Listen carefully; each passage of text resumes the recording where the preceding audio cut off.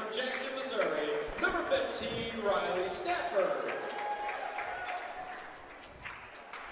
At guard for Greenville, a junior from Greenville, Illinois, number 12, Allie Catcher.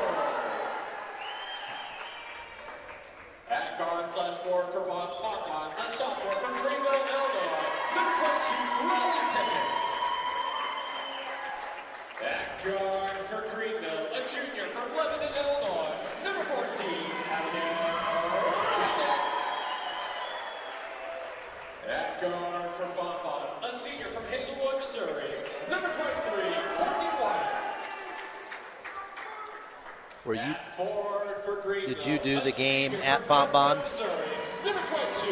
between these two?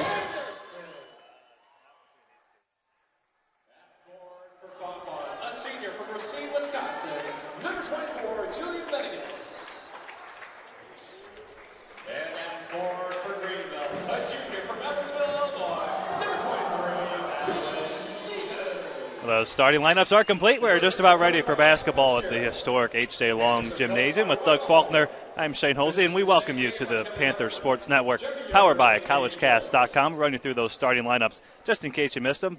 Number 10, Kaya Harbor for Fontbonne. Number 15, Riley Stafford. Number 22, Riley Pickett. Number 23, Courtney White. Number 24, Jillian Venegas. And for the Greenville Panthers, number 11, Emily Reinach. Number 12, Allie Cantrell. Number 14, Abigail Reinach. Number 22, Ashley Anderson. And number 23, Madeline Stephen. Doug, both these teams come in right in the middle of the SLIAC standings. Fontbonne in fourth, Greenville in fifth, a game and a half behind. So this kind of a pivotal game in terms of seeding and maybe potentially getting a home game in the first game of the SLIAC tournament. That's exactly right, Shane. Both teams are trying to get in that fourth spot in the tournament so that they can host a game. That's absolutely right. In the first game between these two, Fontbonne dominated, but that was primarily due to Roy Maholan not having his full lineup. They were missing 4 of their 5 starters. Allie Cantrell was the only starter that was available for that contest. Haven Robertson is nursing an injury, so everyone besides her available for Greenville. A little bit of a later start than anticipated earlier in the week. Fontbonne was scheduled to play Spalding last evening, so they decided to push the start time back a few hours. That game was postponed, so we're starting at 4 o'clock, and the men's game will be shortly after at around 6. Greenville empty on their first possession. Here are the Fontbonne Griffins coming in 8-9, 4-3 in SLIAC play. Greenville an even 9-9. Turnover and a steal for Madeline Stephen, who's averaging over 14 a game in conference play. Emily Reinach, if she gets going, that's going to mean a long day for Fontbonne. Emily Reinach, the team's leading scorer, rebounder, assist getter, and steals getter. There's Riley Stafford. That did everything but go down. Riley Stafford, the SLIAC's all-time leader in made three-point field goals, set that mark earlier this year. The senior out of Jackson, Missouri, offensive rebound, Ashley Anderson, but she lost it off her fingertips and out of play. Nice hustle there by Anderson. I thought she was going to grab it. If she did, I thought she could have gone up pretty much uncontested there. So good fight for an offensive rebound, but it went off her hands out of bounds. Almost looked like she tried to go up with it before she actually secured the rebound. So Fontbonne still looking for their first points of the contest. A minute and a half in here in the first quarter. Shane Holsey, Doug Faulkner with you. We appreciate your company here on a Saturday evening. Bright and sunny outside, still a little bit on the chilly side, but hopefully that snow outside will be melted here within the next few days. Here comes Abigail Reinach, one half of the Reinach twins. From Lebanon, Illinois, here is Anderson getting a little revenge after bobbling that offensive rebound. 5-0 Greenville. Yeah, Fontbonne kind of got lost in transition D there, Shane, and ended up giving an easy one to Anderson. Anderson has played well as of late. Venegas missing that shot. Speaking of players who have played well as of late, Jillian Venegas, one of those. And she's really caught fire from three-point land, and she's scored 11 points in each of the last 6 games. Right now, Fontbonne's struggling a little bit in transition D, and Greenville's going to have to try to take advantage of that. Neither of these teams play at a real rapid pace, but Greenville is effective when they can get out and run. Well, our first free throws of the contest coming here from Courtney White, a senior out of Hazelwood, Missouri. Yeah, White is their second leading scorer. And from the free throw line this year, she's shooting right at 70%. She's had 41 attempts and 29 mades. However, Courtney hasn't gotten to the line much in conference play. That's kind of season stats there. You mentioned the conference numbers for Courtney White, averaging just over 1 1/4 free throw attempts in conference play and only shooting 44% from the line in those trips. She goes 1 for 2 there, gets Fontbonne on the score sheet. It's 5-1, 7:26 to go. Amanda Brooks checking in for Abigail Reineck. Fontbonne here with a little token pressure. They're lined up basically and trying to keep the point guard, Cantrell, from getting the ball, and that's about it. It was originally Riley Stafford on her. Now they back up into the half-court defense. Emily Reineck once again from 3. 6 early points for Emily. Just a 31% three-point shooter, but much better than that for her career, about 35.5%. So kind of a down year shooting the 3 for Reineck, but she's made at least 3 triples in each of the last 3 games. Allie Cantrell into the body of Venegas, and she draws a whistle. And I think here, Shane, what you're seeing is Greenville trying to take advantage of Fontbonne's transition D, which hasn't been great here early on. One of the things I want to say about Emily Reineck is Coach Mulholland has had to use her as a point guard, and it's taken away some from her offense. And today I think you're going to see Emily more involved in the offense in terms of shot production. And you can be more effective in transition when you have 2 or 3 different players that can handle the ball all on the floor at the same time. And 2 of those right now, Allie Cantrell and Emily Reineck, either of those 2 can bring it up the floor, and Coach Mulholland will be more than pleased. Cantrell more of a true point guard than Emily is. Nice dish by White. She penetrated and got it for an open 3. That's knocked out of bounds by Amanda Brooks as Stafford saved it in the corner. Riley Stafford, the SLIAC's leading scorer, just under 21 points per game. She takes more 3-point attempts per game than any other player on the team averages total field goal attempts. Yep. That tells you the volume shooter she is. She's taken 175 threes so far this year. And she leads the entire nation in field goal attempts per game, and she's 8th in total field goal attempts. But the 7 players ahead of her, every single one has played at least 2 more games than she has. She only trails the leader by 15. Good ball movement by the Panthers. Nice skip pass there for Amanda Brooks for 3. Swade Denton with a nice dish to Amanda Brooks. Brooks has had to start a few games this year. She started the game at Fontbonne when Greenville was out for their 5 starters. She's a key contributor off the bench. Last season, she shot over 42% from 3. Not quite that number this year.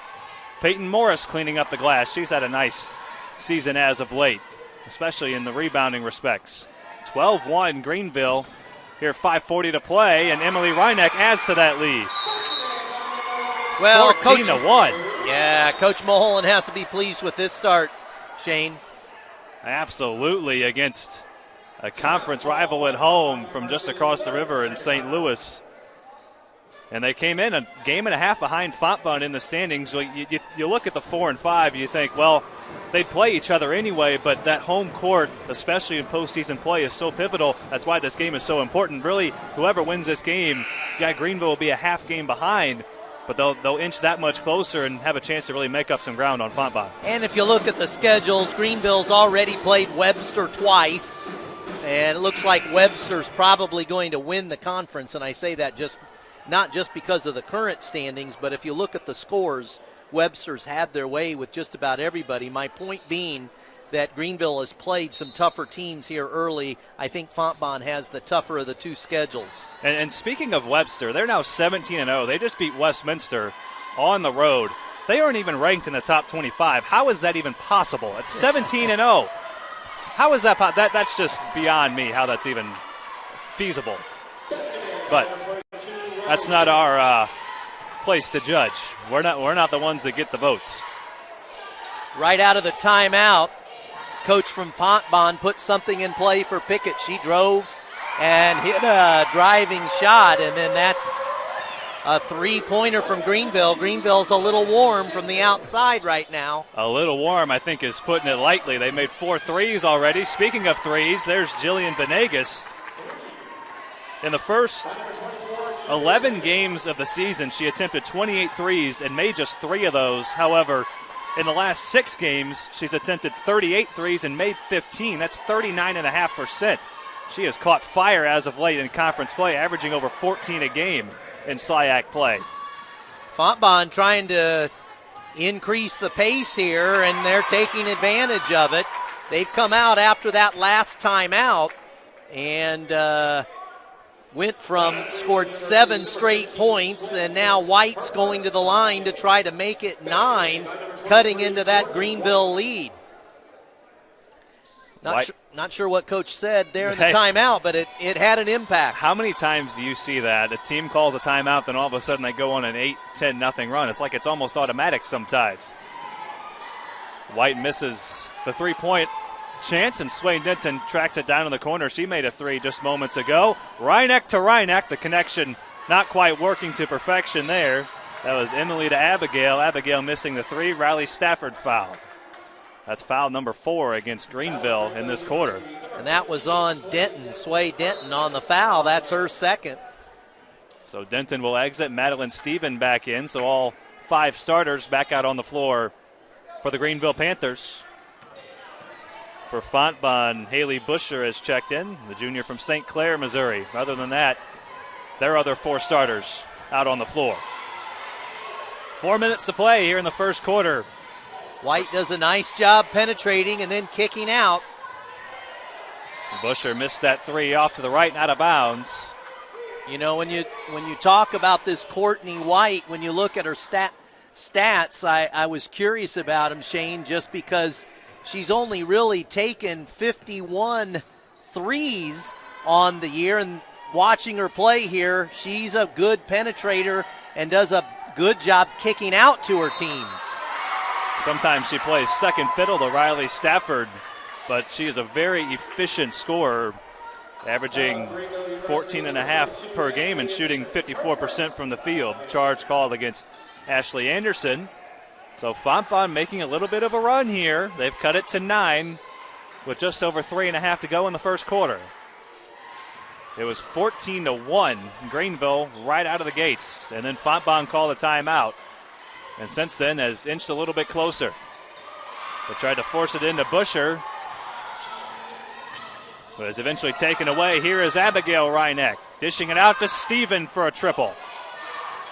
Allie Cantrell, long shot, long rebound. Emily Reineck, that would have been her 4th straight game with 3 made threes, but she's got plenty of time to accomplish that feat. Here is Courtney White. She has it knocked out of bounds, eventually off of her. The Panthers, Greenville Panthers, are going to have to do something to stop White, I think, tonight, because White has been penetrating all game long, sometimes scoring, most of the time dishing. Her teammates just haven't knocked down as many shots as they're capable of right now. White started the season on a torrid pace, but she has not scored in double figures in the last 3 contests. She had 12 straight games with at least 10. There's Madeline Stephen. That was a 2. Amanda Brooks, my apologies. Lead back to double figures for Greenville. Amanda Brooks now with 5.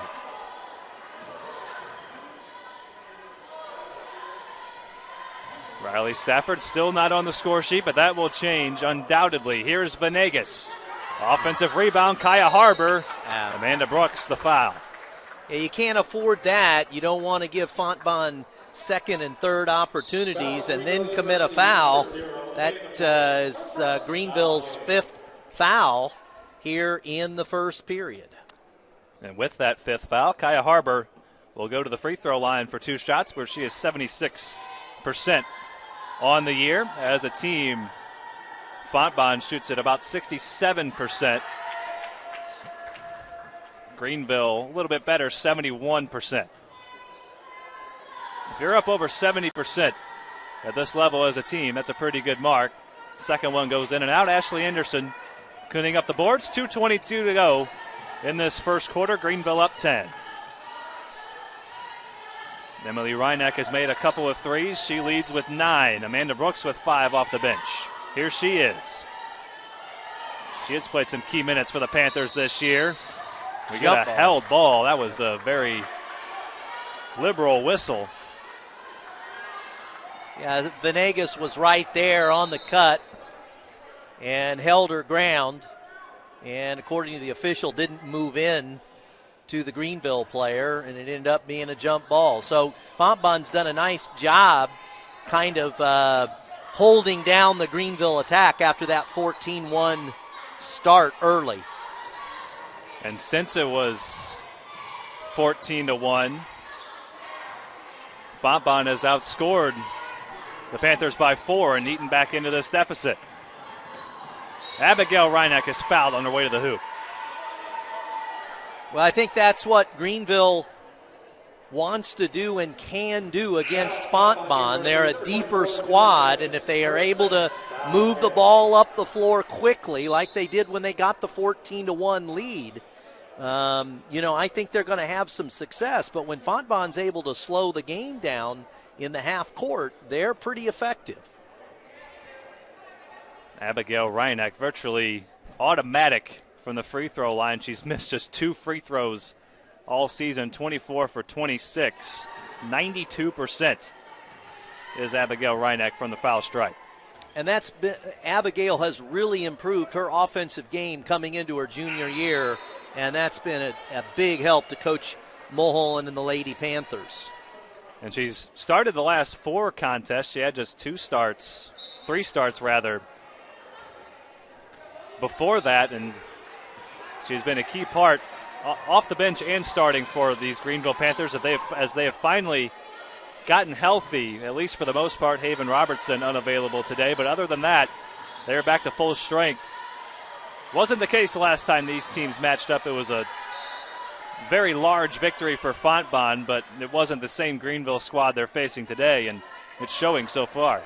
Riley Pickett, number 22 for Fontbonne, is a Greenville, Illinois native. Grew up right here and is playing for Fontbonne today. She can shoot the 3. She has a nice contingent of fans behind the Fontbonne bench. We had a loud applause for her and introductions. Amanda Brooks blocked by Courtney White. That's a situation where if Amanda could use her left hand, I think that's probably a foul. White comes over and is able to block that shot fairly easily because Brooks used her right hand going left. And if you have that ball in your left hand, it forces the defender to come across your arm, and they almost have to foul you before they get to the basketball. Peyton Morris off the mark. Riley Stafford dribbled it off her foot. And I think Morris kind of shot that ball before she completely turned around and just didn't have good balance when she made the shot, when she took the shot, rather. Been impressed with Morris as of late. She only plays about 15 or 16 minutes per game, but she's the team's 4th leading rebounder at almost 5 per game. She gets after it on the glass. They swing it around for Brooks. Greenville has gone cold from 3 after that hot start. Riley Pickett, the leak out. She is blocked by Brooks. Stafford wanting a foul. I think that was White that pushed that up to Stafford. Good look. Stafford kind of got out in the open. And a good recovery from Greenville. That, Doug, is why you never give up on a play. 3 from the top of the key for Riley Pickett. Pickett gets it off pretty quick, Shane.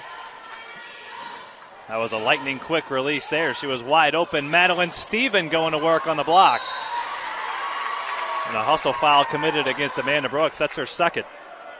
A little bit of a late call, I thought there. I thought it was a foul, but I didn't hear a whistle until late. Nonetheless, it's going to put Fontbonne to the line here.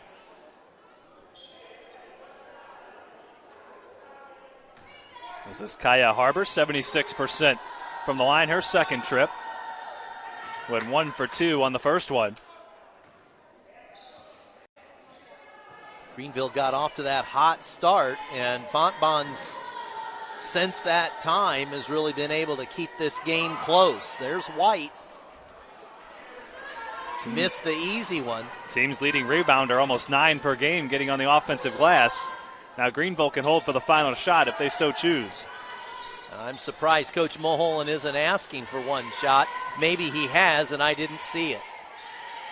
Greenville bench down on the other end of the court. Nice ball movement here. Steven gathers. Nice concentration by Steven to not panic and gather herself before she went up with it. Yeah, it's a good pass by Amanda Brooks. They skipped it to her from the far side, and she got it in a place where Madeline could do something with it. 23-12, the advantage for Greenville after one quarter of play. We'll take a short break. We'll be back with you on the Panther Sports Network, powered by collegecast.com.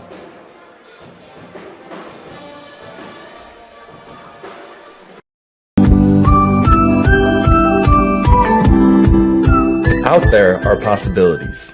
You want experiences and an education that challenges you. But under all of that, you want to know that you can make a difference, no matter where your possibilities take you. We believe you can. Experiences, education, and career readiness are our standard. Developing your character and opening your eyes to how you can serve others, that's our calling.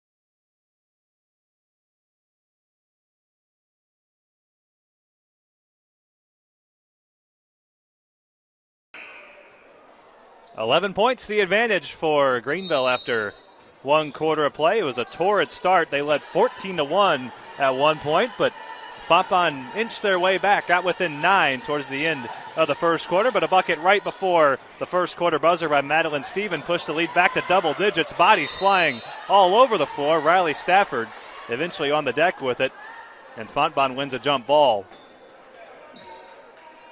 Well, in that first quarter, I thought Coach Fitzgerald from Fontbonne was the Fontbonne MVP. Being down 14-1, called the timeout, and then they rattled off 11 points to keep this one within striking distance. That's all you have to do, just keep it within shouting distance, and in this sport you never know what can happen. The tables can turn with the flip of a switch. Allie Cantrell intercepting that pass. Here she comes, eyes up. Tic-tac-toe to Ashley Anderson. That's what Greenville's going to have to do. I believe they have the advantage when they push the ball. Ashley Anderson, the beneficiary of the assist from Madeline Steven.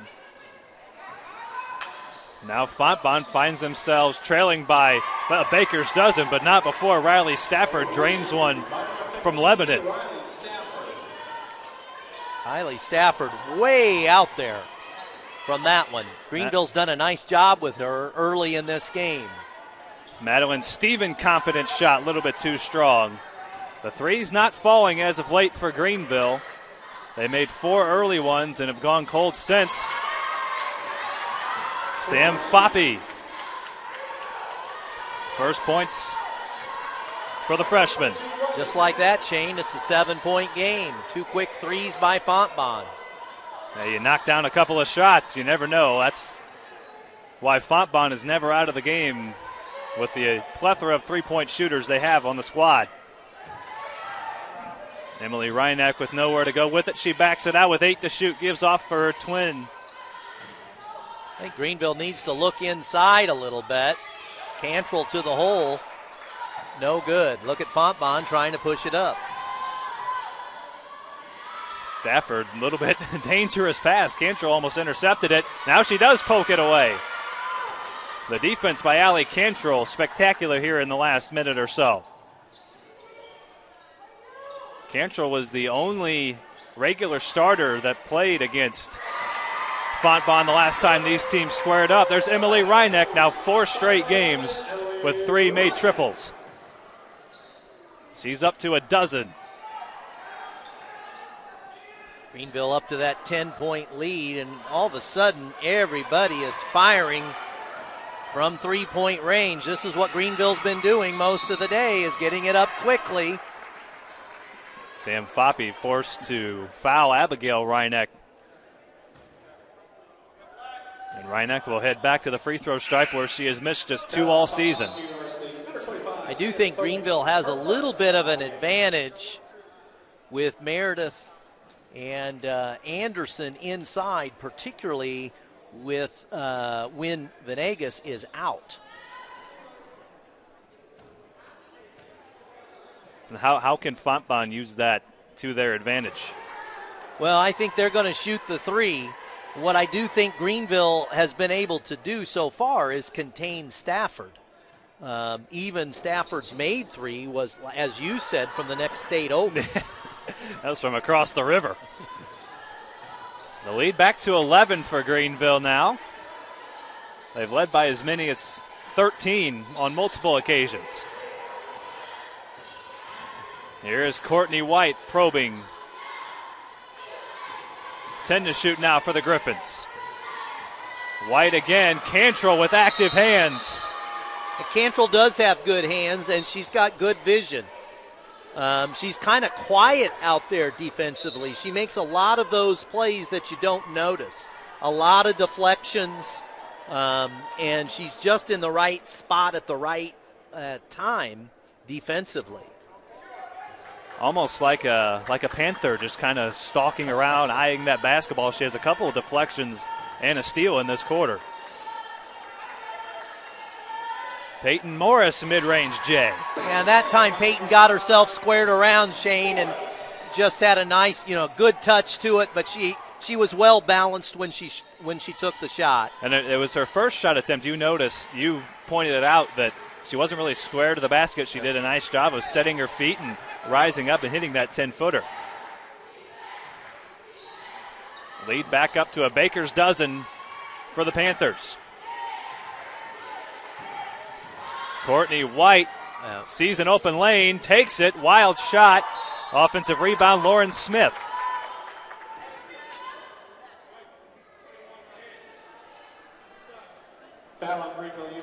First foul of the quarter against Greenville. Each team now with one in the frame.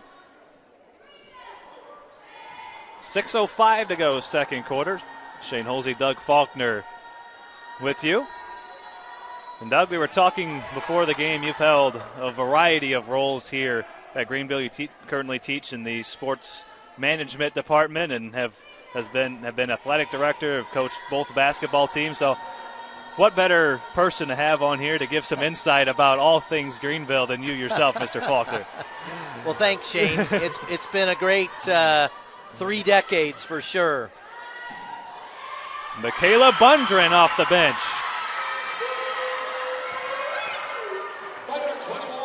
Just her 6th made 3 of the season, but she's now 6 for 15. That's a pretty darn good percentage.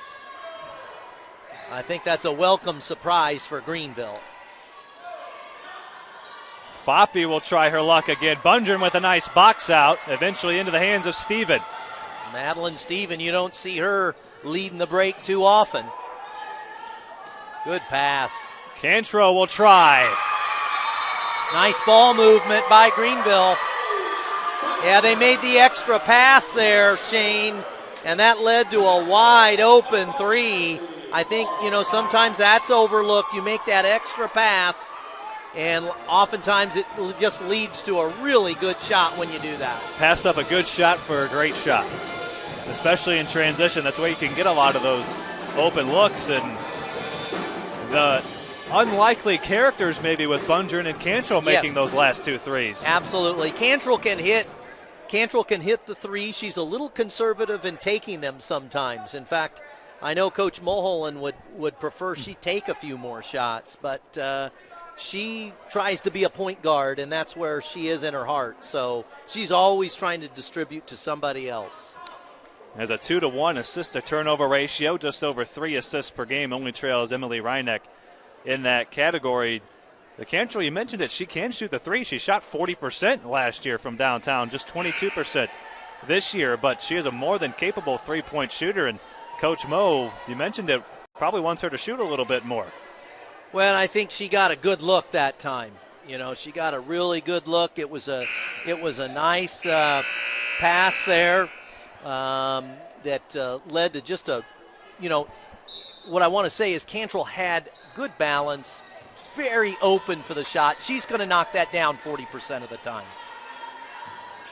There is such a thing as too open, but when you're in transition, it makes it a little bit easier with the defense scrambling. Here is Riley Stafford. She's cut off by Peyton Morris, a very good defender.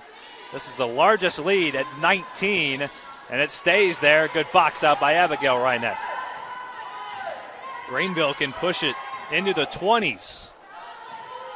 Greenville has done a very nice job on Riley Stafford. You saw that during that last possession. Peyton Morris, the lead is 21. Picture perfect start for the Panthers halfway through the second quarter. They're already at 39 points. Morris a little bit too aggressive. You'd rather have a foul like that than a silly mental error. Foul on Greenville University, number 5, Peyton Morris, her first foul of the game. Now, Fontbonne needs to kind of stabilize themselves here and knock down a few shots. Stafford has made just 1 3. Foppy's knocked down 1. Other than that, the shooting has been relatively cold for Fontbonne. Peyton Morris commits her second foul in about 10 seconds. Yeah, I think she's going to come out. Ashley Anderson's going to come back in. I really do feel like Greenville has an advantage inside with this lineup that Fontbonne has on the floor. Deep 3 from Stafford. She is not afraid. Her range is what we like to call in the gym. She'll shoot it from anywhere. She knocks down her second. Slayak's all-time leader in made three-point field goals. She takes about a dozen of them per game. Here she is again. Why not? She was fouled by Denton. That's not what you want to do. Greenville's done a nice job all day keeping Stafford in check for the most part. And she unloaded with a deep 3 this last possession and then comes down on this possession. And there was going to be good containment on that shot. But with the foul, now you're going to give Stafford 3 open looks from the free throw line from the charity stripe. You don't want to do that up 18. A 78% free throw shooter, and Denton was just a little bit late on the closeout, and anytime you are in the landing area of the shooter, that's a foul 10 times out of 10. Yeah, what you don't want to do is take somebody who is not playing at the top of their game, foul them, get them to the line. Sometimes that gets them going a little bit. Exactly, and especially after having just made one. She scored 5 straight for Fontbonne. All of a sudden back down to 15. Fontbonne still well within striking distance the way they can shoot the ball. Fontbonne picking up their defensive pressure here. There is Stafford. And when she is confident on the offensive end, her defense ramps up. A little bit short on that one. White knocks it out of bounds, but it's off Greenville. Apparently off Brooks. Coach Michael Fitzgerald hollering out the signals on the sideline for Fontbonne, the first-year head coach, but he's been with Fontbonne since 2017. He's previously an assistant. Here's Stafford. Emily Reineck up high to get the rebound. Greenville has the numbers. And that's what what's ball open. movement. The ball movement, that didn't pay off, but the passing has been crisp for Greenville so far. Courtney White staying aggressive. She'll earn a trip to the free throw line. White really puts pressure on the defense through the penetrating dribble. And sometimes when you do that, the officials are going to give you a few calls here and there when you're aggressive like White is. She just keeps putting pressure on that Greenville defense. Fontbonne reached the bonus at about this time, 3:15 to go in the first quarter, And likewise here in the second, already the 5th team foul against Greenville, just 1 against Fontbonne. And that might be a way they can come back in this game, is stay aggressive, get the Panthers in foul trouble, and get to the line. So White shooting looks to be 70% on the year, but misses the first one. You could tell, Shane, that once Greenville got up near 20 points there, Fontbonne wasn't going to, they've now cut it back down to 14. Their defense got very aggressive, and they got more aggressive offensively, too. You're never out of it, especially in a conference game like this, and the way Fontbonne can shoot the 3 ball. You make a couple ones, you're right back in it. But you got to get stops on this end.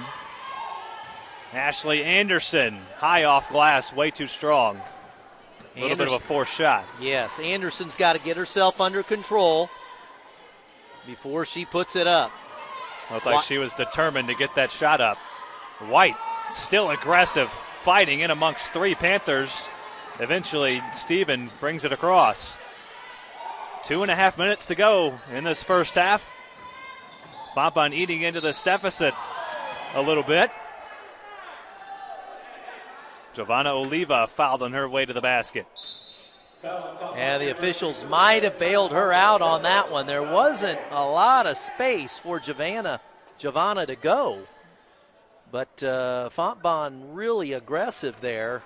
And Olivia will go to the line and shoot 2. Her first free throw attempts of the season, the freshman from Miami. Sure, it's quite a bit warmer in Miami than it is here. But hey, at least here in the Midwest, we get the 4 seasons. Greenville in a 2-3, Shane. Kind of interesting because that's what you don't want to give up. And they give up the offensive rebound and an open 3, but Fontbonne comes away empty-handed. They're fortunate to give up those 2 things and then get a 3 on the other end from Steven. So the 2-3 looks like a good move. As you can see, Greenville on your screen settling into a 2-3, and you worry about Stafford against a 2-3. She's going to get another open look. Eventually one of those is going to fall. That's her 3rd make. A dozen now for Riley Stafford all of a sudden. It seems like we've hardly said her name, but in the last 3 or 4 minutes, and she's got a dozen points. It doesn't take long when you're hitting the triple. Not at all. Greenville content to slow things down here with 85 seconds to go in this first half. Oliva shuffled the feet. I think Greenville's going to have to look to get the ball into Madeline Steven. Madeline dribbled in there and kicked it, which was the unselfish play. But I think Greenville's going to have to look to get her the ball here. Only a minute 20 to go here, and Greenville does come back this time, and they're going to go man-to-man, Shane. Switching up the defense after Stafford made a 3 on Fontbonne's last trip. Abigail Reineck, like a free safety into the passing lane, and Stafford has the fouler. Nice play by Abigail Reineck, and she's one of the better defenders on the team. And as you said, Shane, it puts her to the line, which she's very comfortable there. Any trip for Abigail Reineck to the free throw line is a pleasant one for Greenville. Typically, that's just her 3rd missed free throw on her 31st attempt of the season. The announcer curse is always there. Nobody's perfect, Mr. Faulkner. Abigail's just pretty darn close to perfect, but not quite. She goes 1 for 2. Makes it a 16-point advantage. Stafford fouled by Anderson. 2 free throws coming for Riley. Foul at Greenville University, number 14, Abigail Reineck, her first foul again. Riley Stafford out of Jackson, Missouri, of course, from down in the Cape Girardeau area. She leads the conference in scoring by almost 3 points per game. She only makes a little over a third of her triples, but when you take a dozen per game, that equates to about 4 makes. Yeah, I mean, when you're taking 175 of them, I mean, a certain amount of those are going to fall, as you've said. But she's a good shooter, and, she's dangerous. Currently sitting 13th in the nation in scoring at just under 21 a game, and easily leading the SLIAC. And the SLIAC's all-time leader and made three-point field goals. I think that's open for Greenville. A nice pass from Cantrell, threw it away from the defense on the baseline side. Anderson was simply able to get an angle and turn and score. And with that quick basket, Greenville will likely have one more chance. With the basketball, it's coming right here. Abigail Reinecker, second steal in the last minute. Now they can hold for the final shot. It through the hands of Anderson. She's fortunate to get it back. Cantrell distributing for Bundren. Surprised to see that shot. Venegas looking up, seeing how much time she has. She pulls up a little bit too strong, and that is how the first half comes to a close. An impressive 46-point first half for Greenville, and they have opened up a 17-point advantage after 20 minutes of play. We'll take a break, get you your halftime numbers, and we'll have the second half of action here from the H.J. Long Gymnasium. Doug and I will be back shortly on the Panther Sports Network.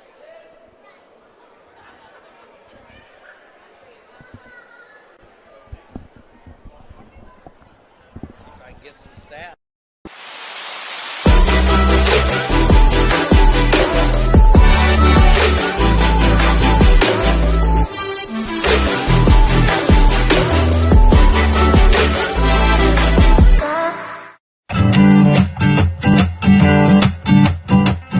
I'm Dr. Catherine Taylor. I am in the School of Education at Greenville University. I was the primary designer of the middle grades programs. At Greenville University, we offer 4 middle grades programs. That includes social studies, language arts, math, and science. One unique aspect about our middle grades programs is that as a freshman, you will begin field experiences and work through field experiences until your senior year when you student teach. Those experiences will be in rural, urban, and suburban settings, giving you the opportunity to broaden your horizons with various options in terms of school setting. We hope that you will join us at Greenville University and explore our middle grades programs.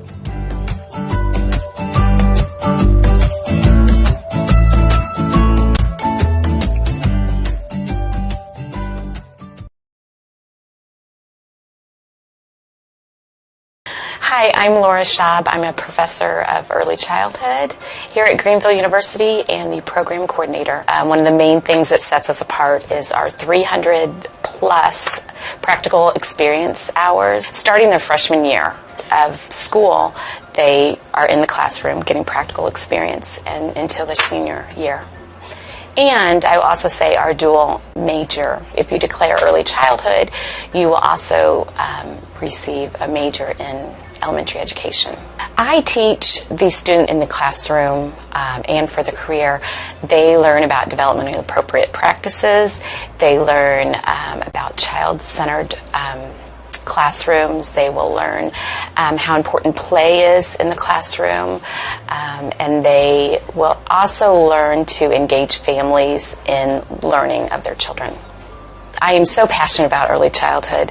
It is the foundation of learning. It sets the stage for future learning, and I am so excited to be part of that.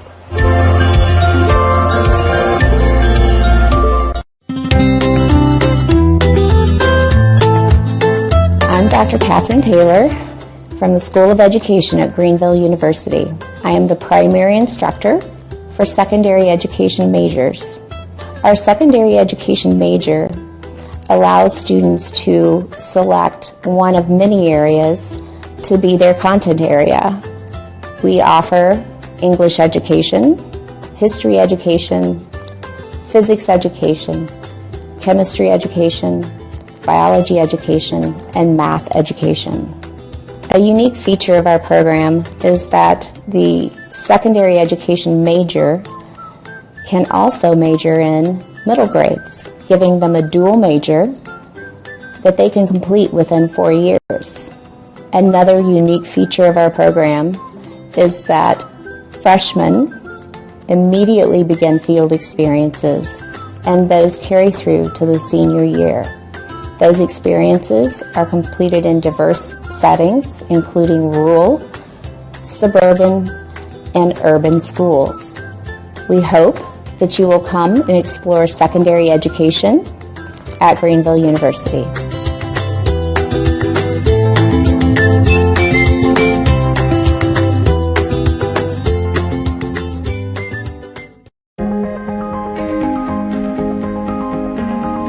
My name is Brian Reinhardt. I'm a professor of Spanish and Department Chair of Language and Culture here at Greenville University.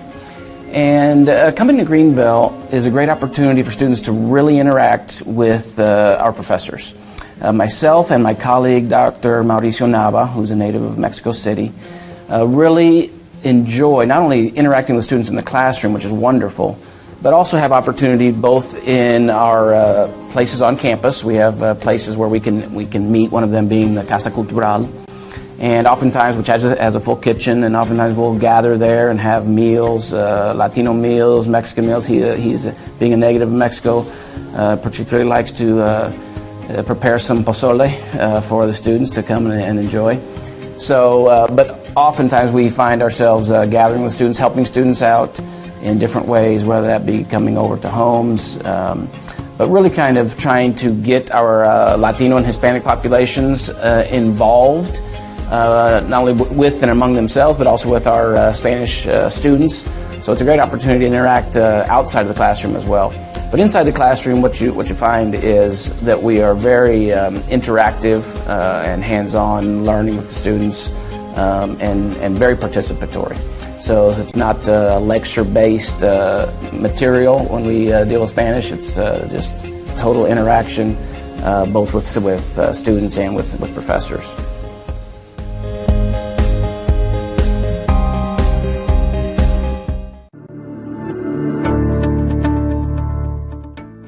I'm Ben Wayman. I'm Associate Professor of Theology and Ministry and Andrews Chair in Christian Unity here at Greenville University. Welcome to the Theological Studies major.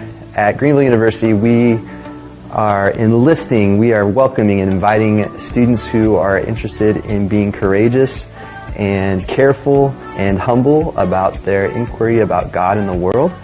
We teach from a Wesleyan perspective, which means that we believe that all truth is God's truth. And we believe that there's all kinds of avenues for exploring and learning more about God and the world. Specifically, we looked at Scripture, we looked to reason and experience and tradition. Tradition basically just means the long history of Christians who have faithfully followed Jesus. We do courses in church history, theology, ministry, Bible, and then encourage interdisciplinary studies. So whatever you can learn, that has something to do about you and the kind of life that God is calling you to live. We hope you'll join us.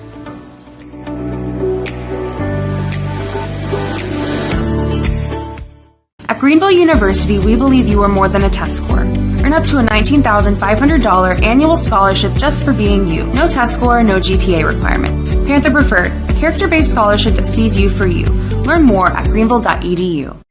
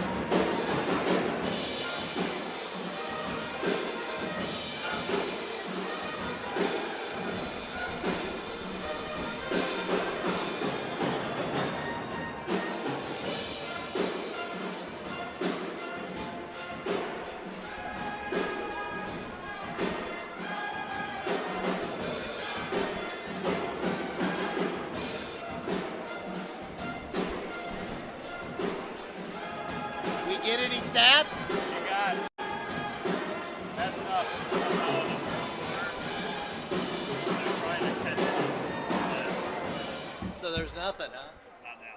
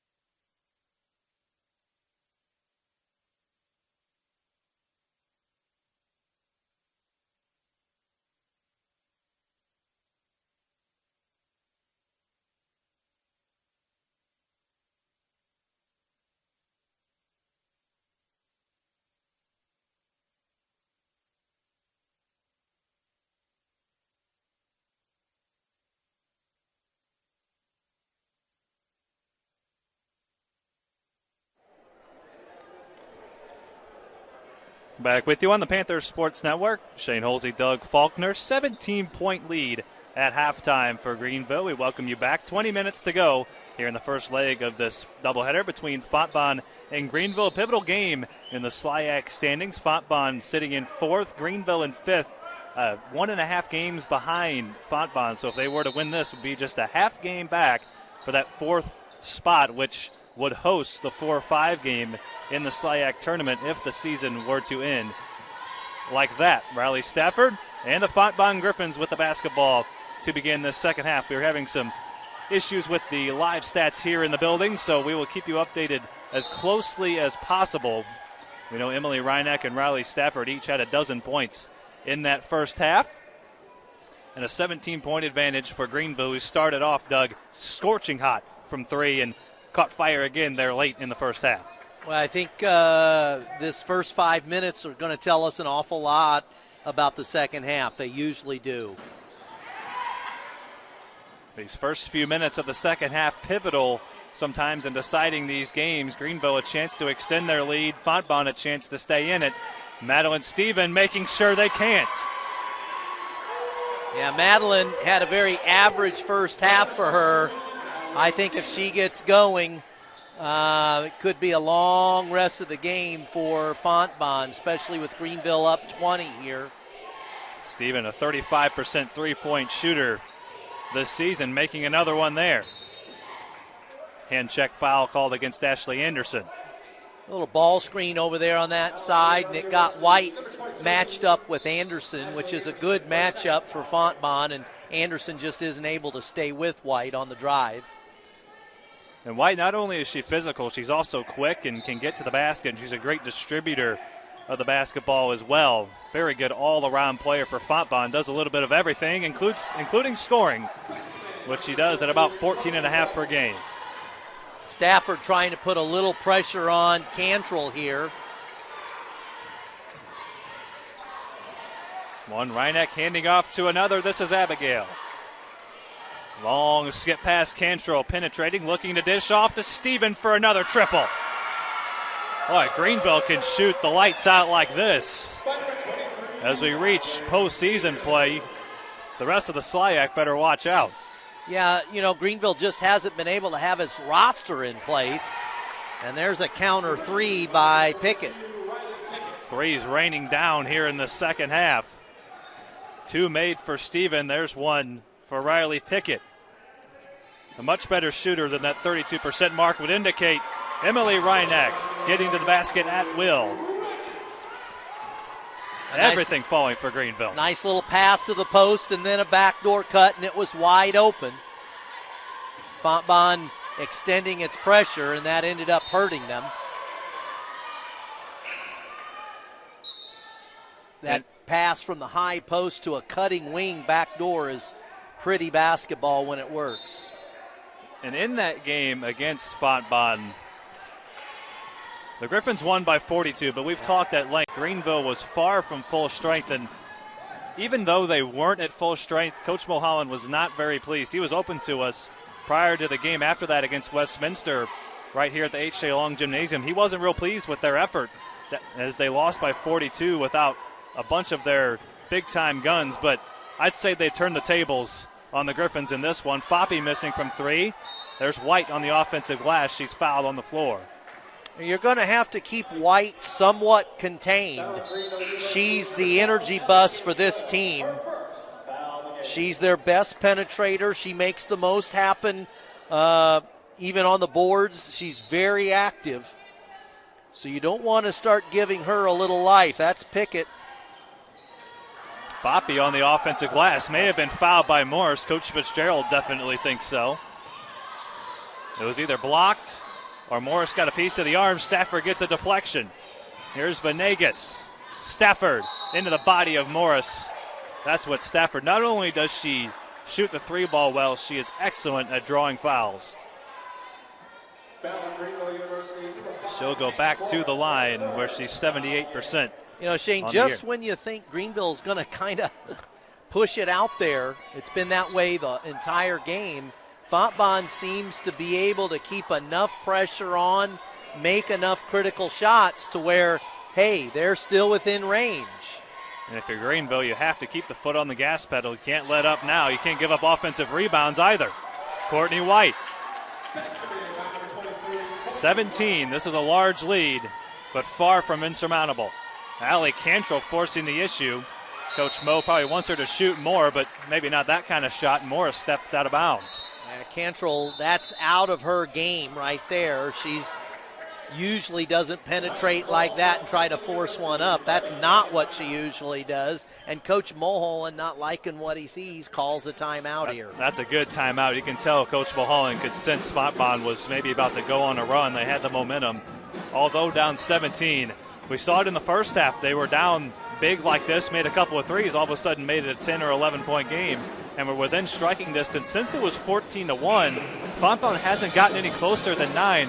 This feels like a much, much tighter game than a 17-point affair. Yeah, and I think that's because Fontbonne here recently, Shane, kind of Greenville came out, hit a couple of threes, Madeline Stephen, and then Fontbonne came right back, kind of what they've done all game with a nice little 5 to 10-point run to keep it close, and that's kind of what we've seen them do. And, you know, Greenville's not helping themselves. They're getting up by 20, turning it over, giving up an offensive rebound, and, you know, they're allowing Fontbonne to stay close. And you would have to think the way she's playing that Courtney White would be a pivotal key to this potential comeback if Fontbonne were to mount one. She is playing with a great deal of confidence right now and getting to the basket at will, just like this. And that's too easy. There's got to be some weak side help there from Greenville, and there was nobody there. And what makes White so dangerous, she's a right-handed player, but she is very good driving with her left hand. This could be a big three, and it is from Emily Reineck, her 4th made triple of the contest. That was a massive shot. And now a deflection. That one's poked away again by Cantrell, and she gets a jump ball. And it will go to Greenville. So Cantrell got the hand in there. That's at least 3 or 4 deflections by her that we've counted. And then she gets in and forces the jump ball. Those are the plays that don't necessarily go on the stat sheet that can help you win games like this. Yeah, White trying to force something there, I think, just a little bit too quickly. Had she made 1 or 2 passes and then made that drive, she probably has a little bit more of an open lane. She tried to force something there a little too quickly. That was the same kind of action they ran. They got her an open layup. Speaking of open layups, Madeline Stephen with one for the Panthers. All of a sudden, it's back up to 20. And that's what Greenville has done all night. Every time Fontbonne goes on a little bit of a run, Greenville answers, and then Fontbonne may go on a 5 or 6 point run, get it to a dozen to 14, and then Greenville opens the lead right back up. Riley Pickett penetrating, kicking for Venegas. Way off the mark. Long shot, long rebound. There's Courtney White once again. And I think the shot clock reset when it shouldn't have. That ball never hit the rim. So just when Coach Mulholland calls the timeout, I think Fontbonne had worked the game down to about a 14-point game from a 20-point game. Greenville comes right back out and executes down the stretch offensively, pushing it back up to 20. They're going to put 9 seconds on the shot clock. And still 5:38 to go, third quarter, Doug. Still plenty of time for Fontbonne to go on a run here. What would be a mark you would think by the end of this quarter they would have to get to feel like they have a chance? Well, to feel like they have a chance, they can probably be within 12 to 15. But if you're Fontbonne and you're really wanting to make this, you're trying to get it to a 10-point game, I think. And obviously they've proven they can do that, and they have Kylie Stafford, who can make a lot of points happen really quickly. And crazier things have happened. Just a couple of weeks ago, Fontbonne had a 15-point lead. There's Amanda Brooks again. She is lighting it up from deep. Fontbonne had a 15-point lead against Eureka halfway through the fourth quarter and eventually lost in overtime. So even a 15-point lead with 5 minutes to go isn't safe. Here is Wiley Pickett, wild shot. This is where Greenville needs to push in the open floor. Greenville can start to put the game away. Here is Cantrell from three. Great pass by Rennick, by Abigail, to give Cantrell a wide open look. It just didn't go down. Venegas hasn't really gotten going for Fontbonne. She's been a key piece as of late. Still struggling to get that one to go. Fontbonne 4-2 in their last 6. And Venegas has scored at least 11 in all those games, and one of those was the loss to Eureka. Madeline Stephen. It's raining threes here at the H.J. Long Gymnasium. The lead is now 26. Is that her third or fourth of the quarter, Shane? Do you know? I believe that's her third of this quarter at least. Again, our live stats having a little bit of issue with those here in the gym, but we know Courtney White's having herself a quarter. Only problem, nobody else for Fontbonne has really done much in this half. Emily Reineck. Wow. If you're hot, you're hot. Steal by Cantrell. There she She is got again. her hands on it. Man, Cantrell is active, to say the least, on the defensive end. The lead now 27 for Greenville. They're almost turning the tables completely on Fontbonne. Well, those first 5 minutes of that second half usually dictates what's going to happen. And after there was a little bit of struggle early on, Greenville really able to push that lead out and almost, it's going to make it very difficult for Fontbonne, put it that way. And you wouldn't think that you look at these standings, Fontbonne 4-3, Greenville 3-5, and it's a 27-point game. You would expect these teams so close in the standings, so close record-wise, but this shows you when you knock down a bunch of threes, when you get hot, you can put a team away in the third quarter. Yeah, I mean, Greenville scored 68 points with 3:53 to go in the third. This is probably, if not their best offensive showing of the year, one of their best. But I think you said something earlier there. I just think Fontbonne's really been impacted by Venegas not getting off to a decent start here.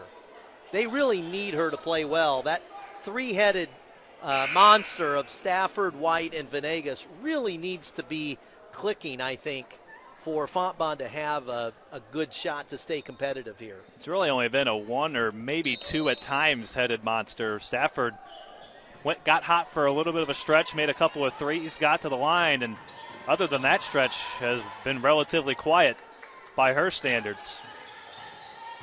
The season high point total for Greenville was back on January 4th, 86 against Principia, so they're well on that pace. That three misfired by Pickett, and Denton lets it go out of bounds with 3:32 to go in the quarter.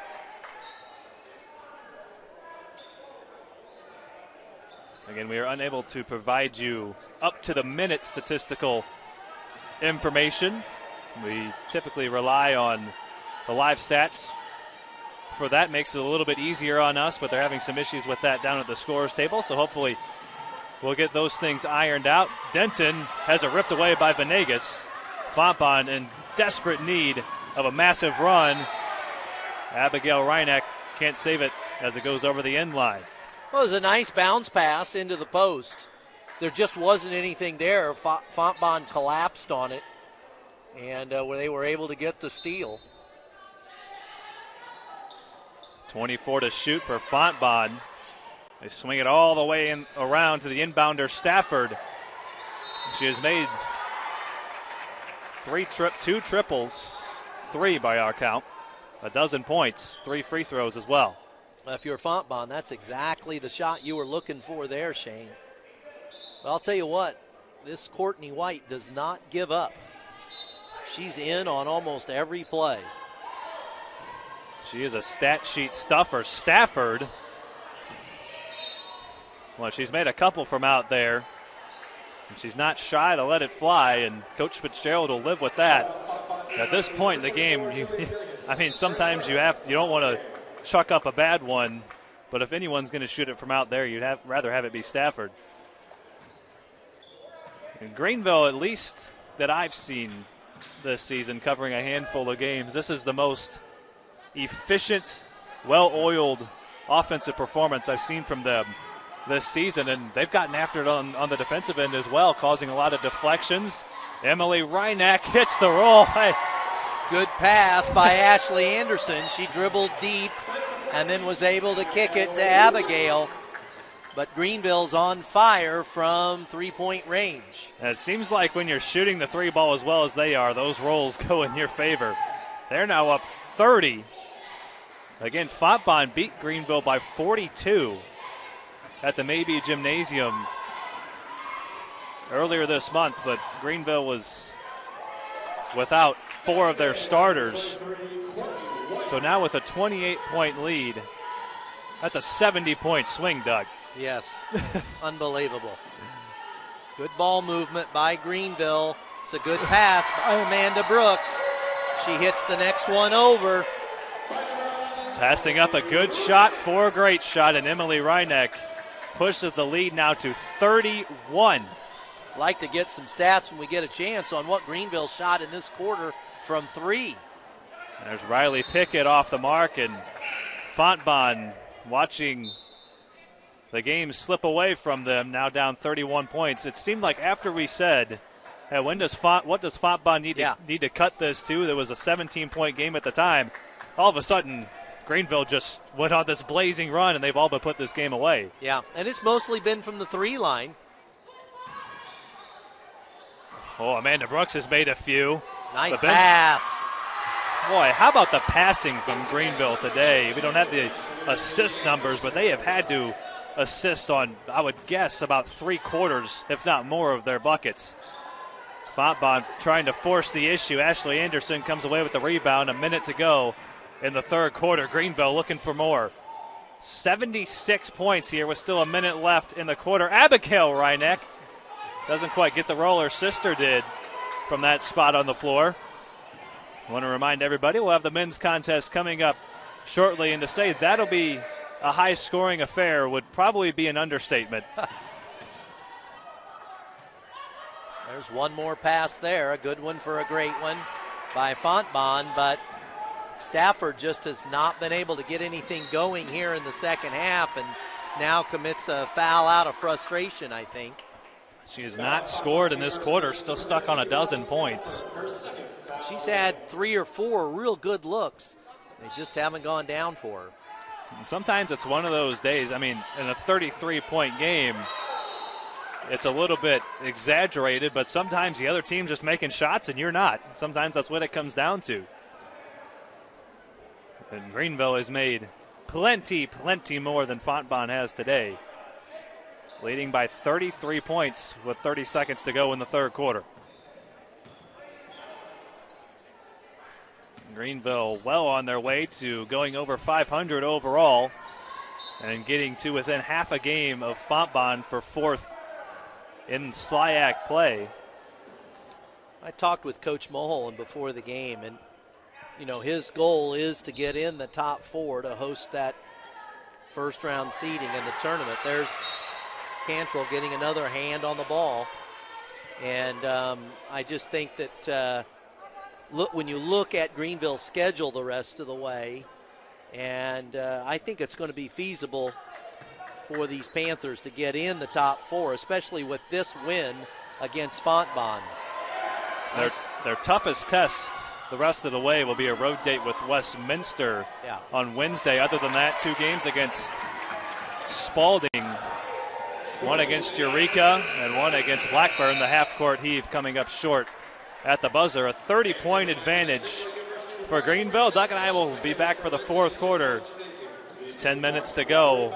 Greenville well on their way to their 10th victory of the season. Back in a moment on the Panther Sports Network.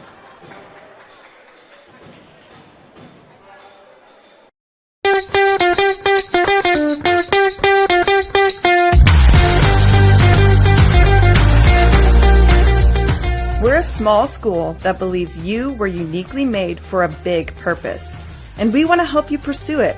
So while you may not know our name, when you leave here, they'll know yours. Shape the world at Greenville University.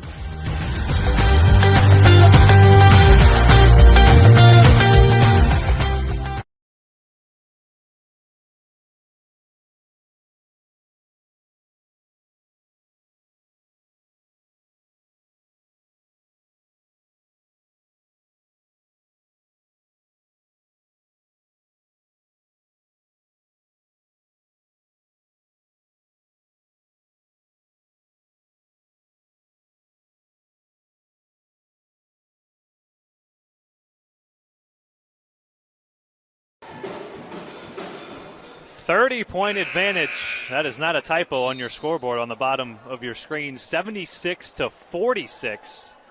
If you're just now joining us, you have missed an offensive clinic by the Panthers so far today. They're only 10 points away from their season high of 86, set back on January 5th. They are shooting the lights out from three, and it's not just been one player. It's been a host of Panthers that have lit it up from deep. And it looks like Fontbonne's come out in a 2-3, which is very interesting since Greenville shot so well from three. I mean, Greenville has the ball on a string right now. If they can just take this performance and copy and paste it the rest of the season, I don't see them losing, at least until the conference tournament. Well, that third quarter was something else. And then Fontbonne surprisingly came out in that zone against a team that had shot a very high percentage from three. So I was very surprised by that move, and it opened up for a great shot by Abigail Rennick, who first shot of the fourth is a three, and it goes down. They're sticking with that zone here, a 2-3 look. The high post is wide open, and you can see it on your screen. There's Emily again. Doesn't get the roll there. No box out on Steven. Allie Cantrell on the offensive glass. Everything going right for Greenville. What a performance here this afternoon for Coach Mulholland's squad on his way to his 326th career victory at Greenville. And Doug, you've been the athletic director. You've coached with Coach Mulholland, and he's a positive guy anyway, but you know how positive he's going to be with his troops after this one today. Yeah, I mean, I think this last week has been kind of a week where you didn't really know with the snow. We've had 3 days of no class, and coaches was not very thrilled with the last performance against Webster. And so this is going to be, he's going to sleep well tonight. No shame in losing to Webster again. 17-0, but somehow not even receiving a vote in either the D3Hoops.com or the Coaches Poll, which is just beyond us. Emily Reineck. The lead is now 37, and Greenville has a chance after they lost to Fontbonne by 42 to almost do the same thing here. What a turnaround. Again, they were far from full strength. Riley Stafford finally gets her first points of the half. Unfortunately, it's a little too late for Stafford. Nice pass. Boy, great. The passing is just... There's no way to really quantify other than maybe assists. But this is one of the best passing games I've seen, not only from Greenville, but just about any basketball game, period. There have been very few deflections and very few bad or mishandled passes today by Greenville. And Greenville started the year, Shane, playing great basketball, moving the ball, passing it well. And Christmas break came along, and they unfortunately have just had a rough time. They've had some COVID issues, And they just haven't been able to get everybody back in gear and in swing. This is probably the first game they feel like they've kind of gotten everything back that they had before Christmas. And if they can get hot here down the stretch, there it's not out of the question for them to maybe move up to that number 3 line. Spalding there at 3-2. Yeah. Still with a lot of games left to play, and Greenville will have 2 chances against them the rest of the season. They could make up 2 games right there. And if they were to win out, would almost certainly pass Fontbonne. And they would potentially, possibly have 2 home games depending on the results of the other game. Here's Madeline Stephen just inside the arc. That would have given Greenville their largest point total. They still have 7 minutes to go, their highest mark at 86 this year against Principia. As for the Panthers, their schedule, or the Griffins rather, their schedule the rest of the way. They have a home date with Webster and Blackburn, and then Eureka, Principia, and Westminster again. So 2 very tough games. And any road game in this conference is difficult. That road game is with Eureka. But if there's any silver lining, 4 of those 5 games will be at home. Games against Webster and Blackburn, and then Principia and Westminster to round it out on the 15th and 19th of February. So just a couple of weeks left in the regular season before conference play. Of course, all 8 teams make the conference tournament. The teams are seeded 1 through 8. Peyton Morris on the offensive glass, and that's the highest point total of the season for Greenville. The opening round games will be hosted by whoever the higher seed is. So 4 sites will host the opening round games, and then from then on, it's the highest remaining seed that will host the semifinal games. There's a 3 from Venegas, a welcome sight, but far too late for Fontbonne. Yeah, that's you had mentioned it earlier, Shane. I thought it was a good observation on your part. Last 2 possessions, Venegas hit 2 threes, and they've needed that to try to counter this Greenville onslaught of threes. And Venegas just hasn't been on today. And they needed all 3 of their big players to come up big today, and they just haven't.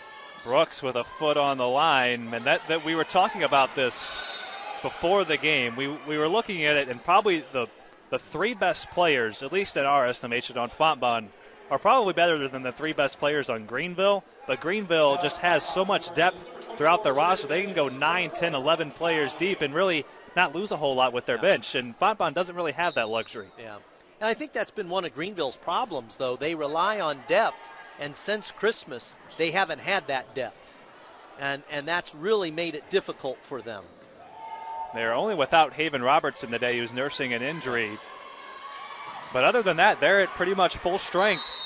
And they've gone well into their bench, and they've gotten contributions up and down the lineup. Michaela Bundren has made a 3. Amanda Brooks has shot the ball well. Peyton Morris has played well off the bench. It's been a complete team effort for Greenville. It kind of goes without saying when you're winning by this much, but when you have your entire offensive and defensive unit working as one, you get games like this. And if there isn't such a thing as a perfect game in basketball, but this is about as close as it gets in a basketball sense for Greenville here this afternoon. They've shot the 3-ball well. They've defended well. They've rebounded well. And when you do those 3 things, Doug, more times than not, you're going to win basketball games. It's pretty simple. They lead by 30. They've led by as many as 37. There's that ball movement again. Bundren misses everything. Just past the halfway mark in the 4th quarter. Again, we'll have the men's contest here shortly. And we know the games that these Griffins and Panthers have had in this gymnasium. Some record-setting games between those 2 teams on the men's side. So it should be a fun one in game number 2. Kaya Harbor knocking down a 3 for Fontbonne. Well, I was just trying to look at some of Greenville's statistics from 3. They shot, according to the stats I have, right at about 30% for the year in conference play, according to the stats I have, Shane. And today, I think they blew that out of the water. I would say so. They are, I would imagine, in the 40s, if not close to 50% from 3. Again, our live stats a little bit behind. They're having some technical issues down there at the scorer's table, but the Greenville staff, sports information staff, as always, working hard to make sure we are up to date on those numbers, and they are getting closer and closer by the second. They hit the trailer Harbor. She can't hit. Lauren Smith is fouled. Yeah, I think as we move into this month, we've got what, Shane, about 3 weeks left before the tournament? 2 weeks. 2 left. weeks. February So 19th. Lots going to happen here in the next 2 weeks to kind of set the table. A lot of movement in the standings potentially. You would think that Webster and Westminster would all but have those top 2 spots locked up. They played a dandy earlier this afternoon, 89-81. Webster a victory on the road. Didn't get a chance to watch that one. May have to go back and rewatch that. Seemed like a dandy of a game. Webster now 17-0 and, of course, undefeated in conference play. At now 8-0, Westminster drops to 8-2. That's a very good squad. The overall record not really there, but they play a very tough non-conference schedule. They're now 12-9, but 8-2 in SLIAC play. You have Spalding sitting at 3-2 coming into today. Fontbonne 4-3, Greenville 3-5. So Fontbonne will fall to 4-4. Greenville 4-5. With a game in hand against Fontbonne, but Fontbonne, at least from our vantage point, looking at the upcoming schedule, a tougher schedule from here on out for Fontbonne than it is for Greenville. Well, you would have thought today, I think, Shane, that, if West Min was going to have a shot, they needed to get that victory today at their place. It was just an 8-point game. They played well. Good pass. Underneath Steven, nice patience. One of the only things she hasn't done right today. And even those long passes are connecting for Greenville. 3:15 to go. Good pass. Denton, wild shot. She's fouled by Smith. So Sway Denton a chance at the free throw line, where she has attempted just 8 on the season, making half of them. There's a chance here. Webster, with that win, has a real good shot. Does Webster play West Min at home in these last 2 weeks? Let's look at the schedule here. They have already played Westminster twice. Yeah. They have Fontbonne on Monday, and then at home against Eureka, at Principia, and then 2 against Spalding and 1 at Blackburn. With that win today, I think Webster's given themselves a shot to go undefeated in conference play. They really have. They are now 8-0. That 3 missing by Venegas. Second chance for Fontbonne, down by 29 with under 3 to go. Lauren Smith forcing her way into the paint. So any road game is tough. They have 3 of those left against Fontbonne, Principia, and Spalding, actually 4 of them. They have a road date at the Beaver Dome against Blackburn on the final day of the regular season. But the schedule, you mentioned it, Doug, setting up nicely to potentially go undefeated. There's Madeline Stephen. And Greenville into the 90s for the first time this year. Don't want to look too far ahead. Don't want to prognosticate. The game isn't played on paper. Riley Stafford again from 3. Too little, too late for Fontbonne, now down 26. But it will be interesting to see. Kickball by Stafford, and we'll say it again. Why Webster isn't ranked in the top 25 is just, it's a travesty, really. They are one of the best teams in the country, and it's not like they play a weak schedule. I mean, they're running through teams like a knife through butter for the most part. It doesn't matter how tough your schedule is. If you're beating everybody on your schedule, that's enough to at least be in the top 25, but we won't elaborate on that point too much. They know they've earned the respect. It's just up to them to win the games. Olivo with the running jump shot from the free throw line, elbow. Well, if you would have said, hey, Fontbonne's going to have 65 points here late in the game, you would have thought we're looking at a close game because Greenville averaged 66 points on average for the year. So this showing by Greenville really is a little bit of a nice surprise for Coach Mulholland.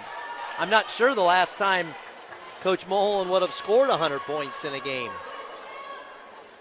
We'll try to dig into the record book and see if we can find that. I'm not privy to that information off the top of my head. My guess is he may not have scored 100 points. I was with him for 15 years, and I can't remember it. That's probably a pretty good indication. Assuming your memory's up to task, and you're still sharp. Still well, got it depends on who you ask, but yeah. Some wholesale substitutions for Greenville. Some players getting some PT here in the late going. Out there now, Janelle Light, Alyssa Havard, Sophia Cisneros, Brianna Haas, and Greta Simon getting some playing time here in the final minute. Haas, a mid-range. When it's fun to see when these players that don't get a lot of playing time, all the players on the bench really root for them, and it's really an indication of how together a team is when stuff like that happens. It's really cool to see. It really is. You know, these college athletes are taking a full set of classes and then coming out and practicing, and they put a lot of time in on the hardwood. So to get some game time is a lot of fun to get to see them rewarded. Three ball a little bit too strong from Heaven Davis for Fontbonne. Likely one final possession for Greenville, so 100 probably out of the question. Janelle Light travels with 30 seconds to go. But nonetheless, a fantastic showing for the Panthers here today, potentially winning this one by 30 if they can get one more stop. Yeah. Coach Mulholland already telling his team he does not want them taking a shot on the next possession if they would get a next possession. Haley Busher, kick out deflected by Light and out of bounds with 16.7 on the clock. This point total eclipsing Greenville's season high by 9. The previous high 86, and they have shot the lights out from 3. Haley Busher with likely the final bucket of this evening's festivities. Nice crowd on hand here on a Saturday evening, and they have been treated to a showcase of offensive basketball by the Greenville Panthers as they move above 500, 10-9, 4-5 in SLIAC play. Fontbonne falls 2 games under 500 overall, 8-10, 4-4 overall in SLIAC play. Doug, any final thoughts before we get ready for the men's contest this evening? Yeah, I think, Coach Mulholland's going to be really pleased with today's game. It does exactly what he wanted, which is to put him, in a sense, in the driver's seat for that number 4 spot, I think, when you look at the schedules heading down the stretch. And I don't know that Shane, I don't know he would have predicted the 3-point shooting percentage that he saw here today, but I think he would take it. I'm sure he will, and we'll see. We'll see if we can grab him for a minute. Doug's going to try to go track down Coach Mulholland and see if we can chat it up with him for a couple of minutes after today's victory. 95-67, the Panthers win it. Of course, our live stats here in the building not quite updated, but hopefully, at least by the men's game, we'll be able to get you some final numbers on this one. 95-67. We know it was a spectacular offensive performance by the Panthers here this evening, putting up a season high of 95 points. Coach Mo on his way up here. We'll chat it up for a couple minutes. We won't steal him too long. Coach Mulholland, We'll just steal you for a couple minutes here before you go talk to your team. And after a game like this, we love to chat it up with you. Wow. Could you draw it up any better? Well, the fact of the matter is I didn't draw it up. But no, our kids, we've been working towards this. We've been struggling a little bit, and boy, the energy was great tonight. And obviously, when the threes are going down, I mean, everybody was just draining them. That makes things go well. But aside from the offensive end, which everybody likes, I really liked our defense tonight. We got after it. We executed a game plan, and we were able to hold them down. And so I was really pleased. Yeah. And a large chunk of those points kind of came in garbage time. 67, relatively average total, but really is an indication of. And one thing that really stood out to Doug and I, one player in particular on the defensive end was Allie Cantrell.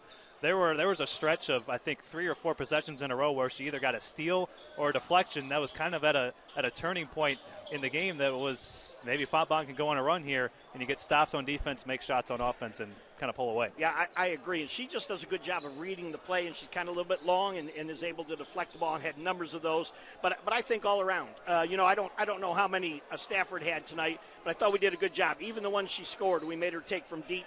And like I say, we executed the game plan, and the kids did it. And then, man, offensively, they just looked like they were having fun. They spread it around. We did a good job of moving the ball and knocking down open passes. And so it's a good start for us, and we're gonna build on this as we move towards the end of the season. You got a road date with Spalding. Fairly quick turnaround on Monday. Any thoughts on that one? Just quick. Yeah. I mean, well, we get a rest day tomorrow, and so that will help us. And we're a little bit banged up, but I think our kids are coming through it. And it's really that long trip, man. They have to make that 4-hour trip and then turn around and play. But I think our kids see the end. They understand what we need to do between now and the end. I mean, we need to win every game we can to get up in the upper side of the bracket to be able to host a tournament game. And our kids are pretty determined. They're working hard at it, and it was fun. Our bench was outstanding tonight. It was just so much fun to see them encouraging one another and having fun. And so that's part of it, right? This is a game, and games are meant to be fun, and we're really trying to put the fun back in it. Well, Coach, you're a positive guy through and through, and plenty to be positive about today, and we're thankful to have you on here for a couple minutes. Go chat up with your team. And I will. I also want to say I was so grateful to be. We dressed all our kids today, and I was so grateful to be able to get them in.